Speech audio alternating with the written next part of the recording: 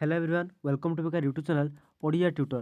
तो पे 2026 एनुआल दशम श्रेणी एग्जाम एनुआल एग्जाम अर्थात मोर फास्ट लैंग्वेज ओडिया पे exam question paper video discuss करेंगे पे कहीं वीडियो मिस करना जब चैनल नुआ अच्छे पे चैनल सब्सक्राइब करनी ठीक अच्छे पाखे बेल नोटिफिकेशन ऑल क्लिक करनी देखिए तुम एथर बड़ सेक्रेटरी रोच धरणीधर पात्र ठीक अच्छे तुम এই ভিডিওରେ ଆମେ MCQ ପାର୍ଟ ଅର୍ଥାତ୍ ତୁମର ଅବଜେକ୍ଟିଭ୍ ପାର୍ଟକୁ ଡିସ୍କସ୍ କରିବା। ପାର୍ଟ 1 ଅବଜେକ୍ଟିଭ୍ ରହିଛି ପିଲା ଡିସ୍କସ୍ କରିବା ଯେଉଁଟାକି ତୁମର ଫାଷ୍ଟ ଲାଙ୍ଗୁଏଜ୍ ଓଡ଼ିଆ ରହିଛି ଠିକ୍ ଅଛି। ତ ଚାଲ କ୍ୱେଶ୍ଚନକୁ ଡିସ୍କସ୍ କରିବା ଠିକ୍ ଅଛି। ଦେଖ ପ୍ରଥମ ରହିଲା କ'ଣ part 1 part I set B ର କ୍ୱେଶ୍ଚନ ଡିସ୍କସ୍ କରିବା ଠିକ୍ ଅଛି। କ୍ୱେଶ୍ଚନ ଦେଖ କ୍ୱେଶ୍ଚନ କ'ଣ କଲା ପାନ ବେପାର କରୁଥିବା ଲୋକଟି ଅନ୍ୟ ଗ୍ରାମକୁ ଗଲା ଏହାକୁ ସଂକ୍ଷେପରେ ପ୍ରକାଶ କରିବେ ପାନରା ଗ୍ରାମାନ୍ତର କଲା ଏହା କେଉଁ ପ୍ରକାର यह संक्षेप क्यों सहायता लगी मैंने जो पानरा ग्रामांतर कला यहाँ पानरा जो कहीं चेंज है तदितगत समास माने तदितगत संक्षेप तदित जो संक्षेपित कराई लंकार पुणी हरि शब्द यह क्यों प्रकार वाक्यर सूचना दिए यहाँ पे देखिए तो विस्मय सूचक लगी करेक्ट आंसर यहाँ कौन विस्मय सूचक ठीक अच्छे। तो नेक्स्ट देखा 3 नंबर क्वेश्चन लगे पद मध्य 9 स्थान में 9 विधि कौन कहुए नत्व विधि ठीक अच्छे। आम पे ऑप्शन पढ़िया कारण तुम एग्जाम पे बहुत ही पाखे आस पे तुम टाइम बेसी नहीं तुमने डायरेक्ट देखनी ठीक अच्छे एग्जाम बहुत हेल्पफुल हो ठीक अच्छे। 4 नंबर क्वेश्चन भाषण एटे क्यों कारण नत्व विधि होना पे गोटे ट्रिक कहीदेवी तुम भाषण तुम एमती निज लांगुएज लिखिपार भाष स युक्त न ठीक अच्छे मुनेश पर न ठीक अच्छे correct answer option number B है जो करेक्ट आंसर ठीक अच्छे। एग्जाम एमती ही तुम भांगिकी शब्द को नत्व सत्य जापर ठीक अच्छे। 5 नंबर सत्व विधि क्या कहुए सत्य विधि क्या कहुए पे दंतेश्वर मुनेश हवा विधि को सत्व विधि कहुए से नत्व विधि दंतेनर मूर्धन हवा विधि को नत्व विधि कहुए ठीक अच्छे। नेक्स्ट 6 नंबर क्वेश्चन क्यों शब्द विसर्ग संधिजात सर स होती क्योंटी पे आविष्कार ठीक अच्छे आविष्कार दंतेश्वर विसर्ग लगी जो ये मुनेश होती।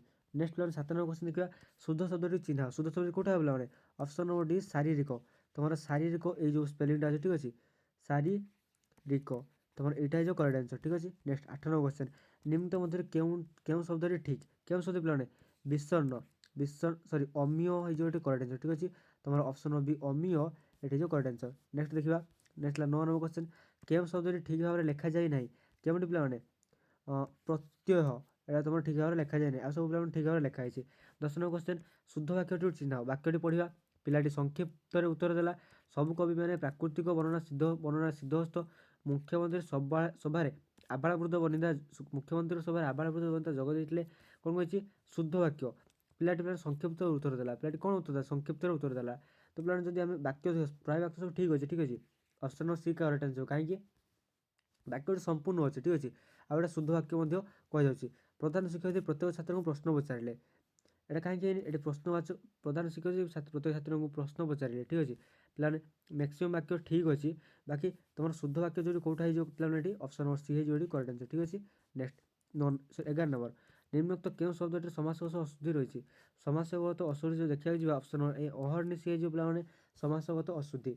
नेक्स्ट संधिगत अशुद्धि थी शब्द चिन्ह संधिगत अशुद्धि कौटा पे अच्छे बागदेवी ठीक अच्छे ऑप्शन नंबर डी है जो करेक्ट आंसर। नेक्स्ट देखा 13 नंबर क्वेश्चन कवितार लेखा जाए लेखक कविता लेखापी कांत कवि लक्ष्मीकांत कहार श्रद्धाभाजन होते उत्कलमणि गोपबंधु दास श्रद्धाभाजन होते। नेक्स्ट 14 नंबर क्वेश्चन क्यों लक्ष्मीकांत को कांत कवि रूप घोषणा कराइला बालेश्वर जिला स्कूल रे ठीक अच्छे। नेक्स्ट कांत कवि क्यों रचना को रवींद्रनाथ गीतांजलि सहित तुलना करते जो जीवन संगीत को रवींद्रनाथ गीतांजलि सहित तुलना करते ठीक अच्छे पे गीतांजलि सहित तुलना करते। नेक्स्ट जन्मभूमि प्रबंध लेखकों क्यों पुस्तक संग्रहित होती है पे प्रबंध मान ठीक अच्छे मुझे पे डायरेक्ट ऑप्शन पढ़ूना कहीं देख मुझे क्वेश्चन सहित जो डायरेक्ट आंसर कहि तुमको जो एग्जाम ये क्वेश्चन आसूसी जब यही भितर किसी क्वेश्चन आसूसी तो तुमने क्वेश्चन पढ़ू पढ़ू तो मन से आंसर तुम प्रिंट है पड़े आस ठीक अच्छे। तो नेक्स्ट क्वेश्चन देखा नेक्स्ट देला कि next 17 number question 17 number question देला कि मनुष्य बहु परिमाण में कहार दास बोली पठित प्रबंध में कहुई ठीक अच्छे कहार दास पे गतानुगतिकता दास बोली कहुई। नेक्स्ट पल्लीर नवतरुण मान सहित कौन चर्चा करने संभव नुह लेखक कहते साहित्य चर्चा करने संभव नुह लेखक कहते भारतीय मान वैषयिक जंजाल को कहार हेतु बोली कहुई यहाँ विपदर ठीक अच्छे correct answer option number D विपदर।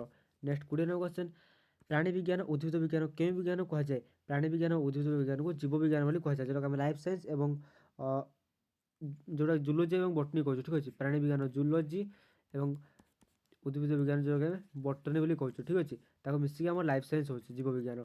Next 21 number question 21 number question ମୈତ୍ରୀର ଧ୍ୱଜା କେତେବେଳେ ଉଡ଼ିବ ବୋଲି ପଠିତ ପ୍ରବନ୍ଧରେ କୁହାଯାଇଛି। କେତେବେଳେ ପିଲାମାନେ? ଯେତେବେଳେ ଆଧୁନିକ ସଭ୍ୟତାର ଆଦର୍ଶ ପ୍ରତ୍ୟେକ ଜାଣିବେ। ନେକ୍ସଟ 22 ନମ୍ବର କ୍ୱେଶ୍ଚିନ୍ ସର୍ବତ୍ର କାହାର ଅଭାବ ପରିଲିଖିତ ହୋଇଛି ବୋଲି ଲେଖକ କହିଛନ୍ତି? ସଂଯମର। ସର୍ବତ୍ର ସଂଯମର ଅଭାବ ପରିଲିଖିତ ହୋଇଛି ବୋଲି ଲେଖକ କହିଛନ୍ତି। କାହାକୁ ସନ୍ତୁଷ୍ଟ କରିବା ପାଇଁ ରାବଣ କୁଶସଜ୍ଜାର ଶୟନ କରିଥିଲା? ପିଲାମାନେ ଏଠି ଗୋଟେ ପ୍ରିଣ୍ଟିଂ ମିଷ୍ଟେକ୍ ଅଛି। କ'ଣ ଦେଖ, କାହାକୁ ସନ୍ତୁଷ୍ଟ କରି? ରାବଣ କେବେ ବି କୁଶସଜ୍ଜାର ଶୟନ କରିନଥିଲା। ଶୟନ କରିଥିଲେ କିଏ? ଆମ ରାଘବ, ଅର୍ଥାৎ ରାମ ହିଁ କୁଶସଜ୍ଜାର ଶୟନ କରିଥିଲେ। କାହାକୁ? ନା ବରୁଣ ଦେବକୁ। ଯେହେତୁ କ୍ୱେଶ୍ଚିନ୍ ପ୍ରିଣ୍ଟ ମିଷ୍ଟେକ୍ ଅଛି, ତମେ ଏଇଟା ରାମ ଭଳି ଭାବିବ ଏବଂ କରେକ୍ଟ ଆନ୍ସର ହେବ ବରୁଣ। ଠିକ୍ ଅଛି। କିଏ ରାବଣର ବାର୍ତ୍ତା ନେଇ ଅଙ୍ଗଦିନ କଳ ଆସିଥିଲେ? ଶୁକସାରଣ, ତାଙ୍କ ଯେଉଁ ମନ୍ତ୍ରୀ ଥିଲେ ଦୂତ ରୂପରେ ଆସିଥିଲେ। ଠିକ୍ ଅଛି। ନେକ୍ସଟ ଦେଖିବା।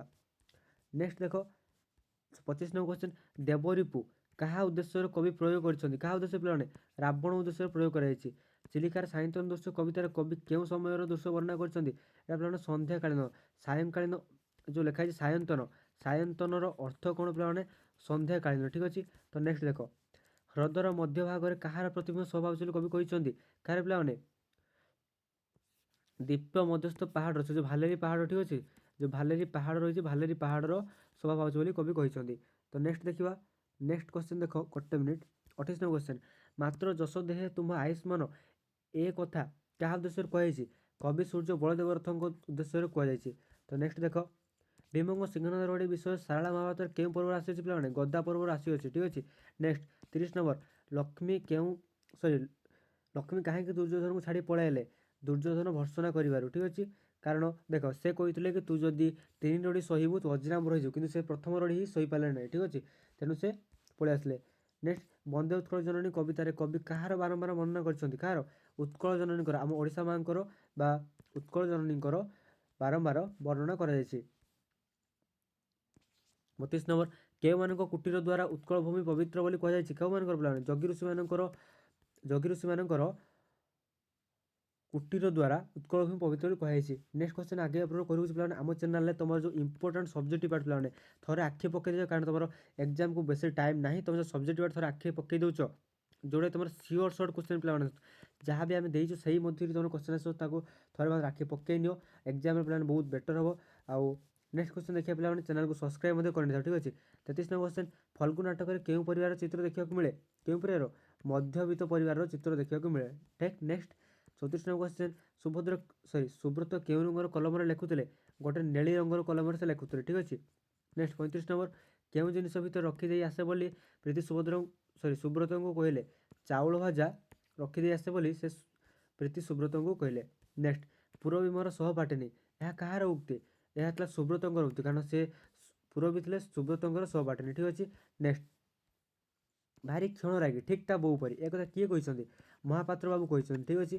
ନେକ୍ସଟ ଦେଖ ଗଳ୍ପରେ ବର୍ଣ୍ଣିତ କାଠୁରିଆର ଘର କେଉଁଠି? କାଠୁରିଆର ଘର ପିଲାମାନେ ବେତନରେ। ଠିକ୍ ଅଛି। ନେକ୍ସଟ ଦେଖ କଳିଙ୍ଗ ଯୁଦ୍ଧ କେଉଁ ନଦୀ କୂଳରେ ହୋଇଥିଲା? କେଉଁ ନଦୀ ପିଲାମାନେ? ଦୟା ନଦୀ କୂଳରେ ହୋଇଥିଲା। ନେକ୍ସଟ ଦେଖ ରାଜନୀତିରେ ଷଡ଼ଯନ୍ତ୍ରକୁ କ'ଣ ବୋଲି କୁହାଯାଇଛି? ରାଜନୀତିରେ ଷଡ଼ଯନ୍ତ୍ରକୁ ବ୍ରହ୍ମାସ୍ତ୍ର ବୋଲି କୁହାଯାଇଛି। ତ ନେକ୍ସଟ ଦେଖିବା।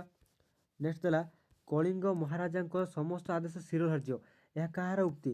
ଏହା ମହାମନ୍ତ୍ରୀଙ୍କର ଉକ୍ତି। ଠିକ୍ ଅଛି। ନେକ୍ସଟ ଗୋଦାମରୁ କେଉଁ କାଠ କିଣିବା ଲାଭଜନକ ହେବ ବୋଲି ଗଳ୍ପରେ କୁହାଯାଇଛି? ଯେଉଁ ଗଡ଼ ମୁଣ୍ଡା କାଠ। ଠିକ୍ ଅଛି। ପିଲାମାନେ ଯାହା ଯାହା ଡିସ୍କସ୍ କରୁଛୁ ପିଲାମାନେ ସମସ୍ତେ ବିନା ସ୍କିପ୍ କରି ଦେଖିନ, କାରଣ ମୁଁ ଏମିତିରେ ବି ସ୍ପିଡ଼ରେ ପଢ଼ୁଛୁ ୱିଦାଉଟ୍ ମାନେ ଅପସନ୍କୁ ରିଡ୍ କରି। ଠିକ୍ ଅଛି। ସମସ୍ତେ ପଢ଼ିଦିଅ, ଏକ୍ଜାମରେ ବହୁତ ହେଲ୍ପଫୁଲ୍ ହେବ। 43 ନମ୍ବର ଗଠନ କଳା ଦୃଷ୍ଟିରୁ ବାକ୍ୟ କେତେ ପ୍ରକାର? ଗଠନ କଳା ଦୃଷ୍ଟିରୁ ପିଲାମାନେ ବାକ୍ୟ ହେଉଛି 4 ପ୍ରକାର। ଠିକ୍ ଅଛି। ଯେକୌଣସି ପ୍ରକାର ବାକ୍ୟର ସମନ୍ୱିତ ରୂପକୁ କେଉଁ ବାକ୍ୟ କୁହାଯାଏ? ସମନ୍ୱିତ ରୂପକୁ ପିଲାମାନେ ମିଶ୍ର ବାକ୍ୟ କୁହାଯାଏ। ଠିକ୍ ଅଛି। ଯଦି ସବୁ ବାକ୍ୟ ମିଶିକି ଅଛନ୍ତି ତାକୁ ମିଶ୍ର ବାକ୍ୟ କୁହାଯାଉଛି। ନେକ୍ସଟ ନିର୍ଦ୍ଦିଷ୍ଟ ବିଷୟ ବିବୃତ୍ତି ବା ବକ୍ତବ୍ୟ ପ୍ରକାଶ କରୁଥିବା ବାକ୍ୟ କେଉଁ ବାକ୍ୟ କୁହାଯାଏ? ବିବୃତ୍ତି ପ୍ରକାଶ କରୁଛି ମାନେ ସେଇଟା ବିବୃତ୍ତି ସୂଚକ ବାକ୍ୟ ହିଁ ହେଇଯିବ। ଠିକ୍ ଅଛି। ତ ନେକ୍ସଟ ଦେଖିବା। ନେକ୍ସଟ 46 ନମ୍ବର କ୍ୱେଶ୍ଚିନ୍ ଅନୁରୋଧ ବା ଆଦେଶ ଭାବ ପ୍ରକାଶ କରୁଥିବା ବାକ୍ୟ କେଉଁ ବାକ୍ୟ କୁହାଯାଏ? ଅନୁରୋଧ ପିଲାମାନେ ଅନୁରୋଧ କିମ୍ବା ଆଦେଶ ସୂଚକ ବାକ୍ୟ। ନେକ୍ସଟ 47 ନମ୍ବର କ୍ୱେଶ୍ଚିନ୍ ଅପ୍ରଧାନ ବାକ୍ୟ ସହିତ ପ୍ରଧାନ ବାକ୍ୟ ମିଶିଲେ କେଉଁ ପ୍ରକାର ବାକ୍ୟ ହୁଏ? ଜଟିଳ ବାକ୍ୟ। ଠିକ୍ ଅଛି। ପିଲାମାନେ ପୁରା ସଠିକ୍ ଅନୁସାରେ ଆମେ ପଢ଼ୁଛୁ। ତୁମେ ଏତେ ପର୍ଯ୍ୟନ୍ତ ଭିଡ଼ିଓ ଲାଇକ୍ କରିନ, ଗୋଟେ ଲାଇକ୍ କରିନିଅ। ଠିକ୍ ଅଛି। ଲାଇକ୍ କରିନିଅ ଏବଂ ସାଙ୍ଗମାନଙ୍କୁ ସେୟାର କର, କାରଣ ସେମାନଙ୍କର ମଧ୍ୟ ବହୁତ ହେଲ୍ପଫୁଲ୍ ହେଇଯିବ। ଠିକ୍ ଅଛି। ମନୋଜ ଶ୍ରେଣୀରେ ବସିଲା ମାତ୍ର ପଢ଼ି ପାରିଲା ନାହିଁ, ଏହା କି ପ୍ରକାର ବାକ୍ୟ? ଏହା ଏକ ଯୌଗିକ ବାକ୍ୟ, କାରଣ ଦୁଇଟା ବାକ୍ୟ ଅଛି ପିଲାମାନେ, ମଝିରେ ଯୋଡ଼ା ହେଇଛି ସେ ମାତ୍ର ଦ୍ୱାରା। ତୁମେ ଜାଣିଥିବ ଦୁଇଟା ବାକ୍ୟକୁ ଯଦି ମାତ୍ର କିମ୍ବା ତଥାପି ଯଦିଓ ଏସବୁ ଦ୍ୱାରା ଯଦି ଯୋଡ଼ା ଯାଇଥିବ ସେଇଟା କ'ଣ ହେବ? ଆମର ଯୌଗିକ ବାକ୍ୟ। ଏ ବର୍ଷ ପ୍ରବଳ ବର୍ଷା ହେଉଛି, ଏହା କି ପ୍ରକାର ବାକ୍ୟ? ବିବୃତ୍ତି ସୂଚକ। ମୁଁ କହୁଛି ପିଲାମାନେ, ଏ ବର୍ଷ ପ୍ରବଳ ବର୍ଷା ହେଉଛି, ଏ ବର୍ଷ ପ୍ରବଳ ଶୀତ ହେଉଛି, ପ୍ରବଳ ଖରା ହେଉଛି, ଏସବୁ ଆମର ବିବୃତ୍ତି ସୂଚକ ବାକ୍ୟ। ନେକ୍ସଟ, ସ୍ୱାମୀ ଓ ସ୍ତ୍ରୀ 2 ଜଣ ଆସିବେ, ଏଇଟା ହେଇଛି କ'ଣ? ଦମ୍ପତି। ଏଇ ଯେଉଁ ହୋଇଛି ଏଇଟା କୋଉ ପ୍ରକାର ହେଇଛି? ଏଇଟା ଆମର ସମାସ ଦ୍ୱାରା ସଂକ୍ଷିପ୍ତ କରାଯାଇଛି। ଏଇ ଯେଉଁ ସ୍ୱାମୀ ଓ ସ୍ତ୍ରୀକୁ ଦମ୍ପତି ସମାସ ଦ୍ୱାରା ସଂକ୍ଷିପ୍ତ କରାଯାଇଛି। ଠିକ୍ ଅଛି। ଟୋଟାଲ ପିଲାମାନେ ଗୋଟେ ଭିଡ଼ିଓରେ ଆମେ ତୁମର 50 MCQ, ଯେଉଁଟା ପିଲାମାନେ ମୋଷ୍ଟ ଇମ୍ପୋର୍ଟାଣ୍ଟ PYQ ରହିଛି ତୁମର ଏକ୍ଜାମ୍ ପାଇଁ, ଏଇଟା ପିଲାମାନେ PYQ ଆମେ ଡିସ୍କସ୍ କଲୁ। PYQ ପ୍ଲସ୍ ତୁମର ମୋଷ୍ଟ ଇମ୍ପୋର୍ଟାଣ୍ଟ କ୍ୱେଶ୍ଚନ୍ ଆମେ ସବୁ ଡିସ୍କସ୍ କଲୁ ତୁମର ଏକ୍ଜାମ୍ ପାଇଁ। ଠିକ୍ ଅଛି। ଏତେ ପର୍ଯ୍ୟନ୍ତ ଚ୍ୟାନେଲକୁ ସବସ୍କ୍ରାଇବ୍ କରିନାହ, ଚ୍ୟାନେଲକୁ ସବସ୍କ୍ରାଇବ୍ କରିନିଅ ଏବଂ ପାଖରେ ଥିବା ବେଲ୍ ନୋଟିଫିକେସନ୍ ଅଲ୍ରେ କ୍ଲିକ୍ କରିଦିଅ। ଏବଂ ଲଙ୍ଗ୍ ସବଜେକ୍ଟିଭ୍ ରଚନା ଆପ୍ଲିକେସନ୍ ସବୁ ଆମ ଚ୍ୟାନେଲ୍ ଅପଲୋଡ଼ ଅଛି, ଥରେ ଯାଇ ଭିଜିଟ୍ କରି ଦେଖିନିଅ। ଏକ୍ଜାମ୍ରେ ବହୁତ ହେଲ୍ପଫୁଲ୍ ହେବ। ସେତେ ପର୍ଯ୍ୟନ୍ତ ରହୁଛି, ଆଉ ଏକ୍ଜାମ୍ ପାଇଁ ଅଲ୍ ଦି ବେଷ୍ଟ। ବହୁତ ଭଲ କର। ଦେଖା ପୁଣି ନୂଆ ଭିଡ଼ିଓରେ ଏବଂ ପ୍ରାକ୍ଟିସ୍ ସେଟ୍ ସହିତ। ଠିକ୍ ଅଛି। ସେତେବେଳେ ରହୁଛି। ଜୟ ଜଗନ୍ନାଥ।